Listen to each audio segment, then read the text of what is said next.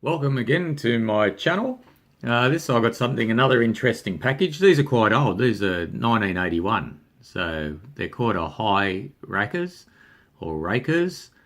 What's different about these is that the rear end can be lowered. So it can be raised or lowered. And you can see there, this is a 3-window. So 1934 hot rod. And really nice packaging, very colourful from Mattel. I'll show you the back and see that picture there. I have actually got that one there, so one box that one as well, so I'll show you what the rear end does. So very nice these are,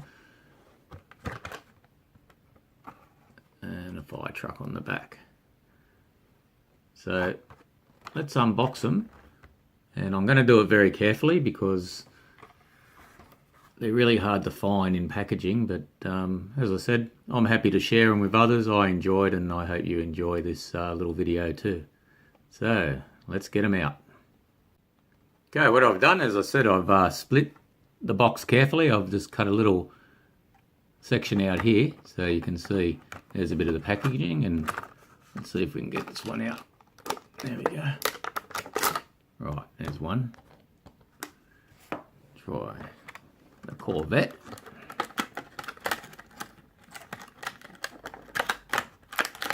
So as I said, I didn't want to really ruin the box, so I can put them back in there after.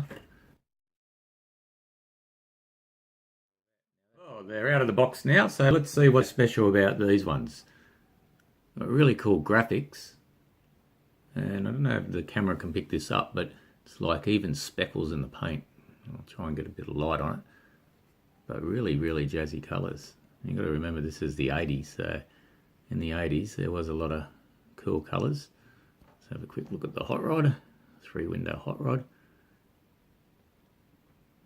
You know, if you had any of these cars in real life, they'd be worth quite a bit now. They're real collectible. They're really jazzy. Fantastic.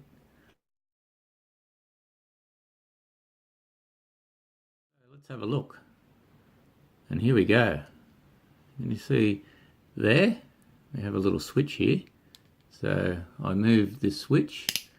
Actually, it's not even a switch. You just push it down. Looks like a switch, but look at that. Well, that's lowered now. So let's put the other one next to it, back to back. You can see one is higher than the other. So let's put the rod down. Push that back down, and look at that, it's sitting the same as the Corvette. So we'll do a few different adjustments.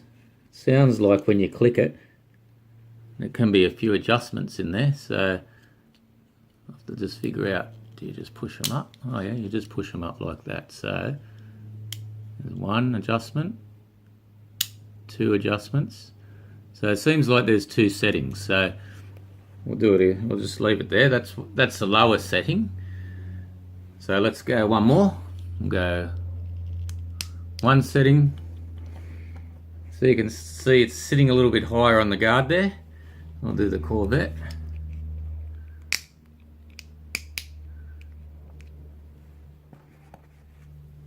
There's another setting, and actually let's bring this down a bit so we can get a bit of a better angle. Do another, here, 1 click, up she goes. Do another click. So you can see that they're starting to sit higher. And we'll go all the way on both of them. You can see they're sitting pretty high now. We'll do it at another angle. So that's the full adjustment. You can see the space under the wheel arches on the back wheels. So there you have it. Now you know what a hi-raker is.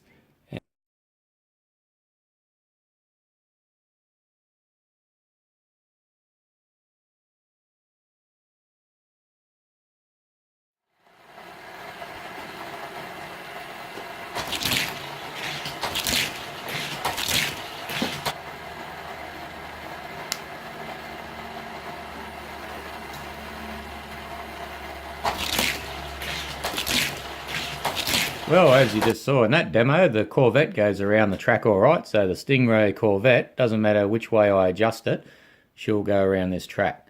But the hot rod, because of the flares, it just won't fit through the track. So